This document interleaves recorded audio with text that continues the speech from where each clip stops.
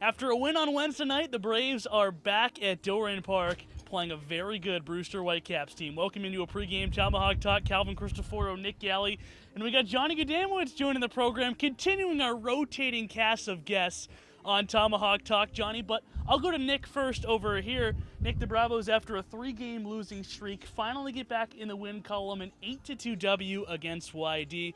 What'd you see in that win that's encouraging for the Braves going forward? Well, first of all, it's really nice to see the bullpen get back on track. You got Tyler Stewart work himself out of a jam in the bottom of the 8th. Eric Adler comes in, does what he's been doing all season in the 9th.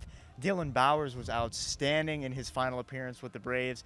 So I think that got the bullpen back on track. This looked like a game that could slip away from Bourne, especially considering they were on a losing streak.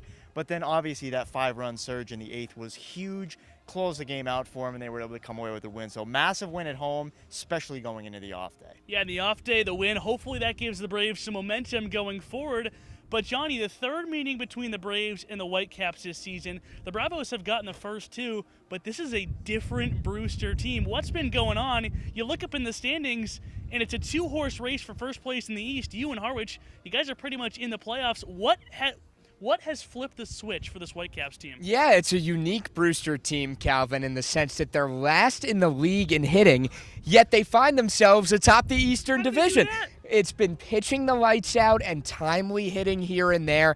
You look back a couple nights ago, trailing all game to Wareham 3-0, and then the Caps go on to put up a 5 spot in the 8th inning. But against these Bravos today, they can't rely on that. Timely hitting from start to finish is going to be key. Well, we'll see if the Whitecaps can get it done. But, Nick, how did the Braves prevent them from getting it done? What do the Braves need to do tonight to get a win? Well, as Johnny just said, you guys have great pitching, so Bourne's going to need to outpitch this team. I mean, you're pretty confident the Braves can out-hit this team because we've seen this team offensively come through numerous times this year. And Bourne has had timely hitting, too. It hasn't just been, we've seen so many clutch moments. So Bourne's going to have to outpitch the Whitecaps today because, we've seen over the losing streak, the pitching was very, very rough. Things got out of hand. The offense wasn't clicking either.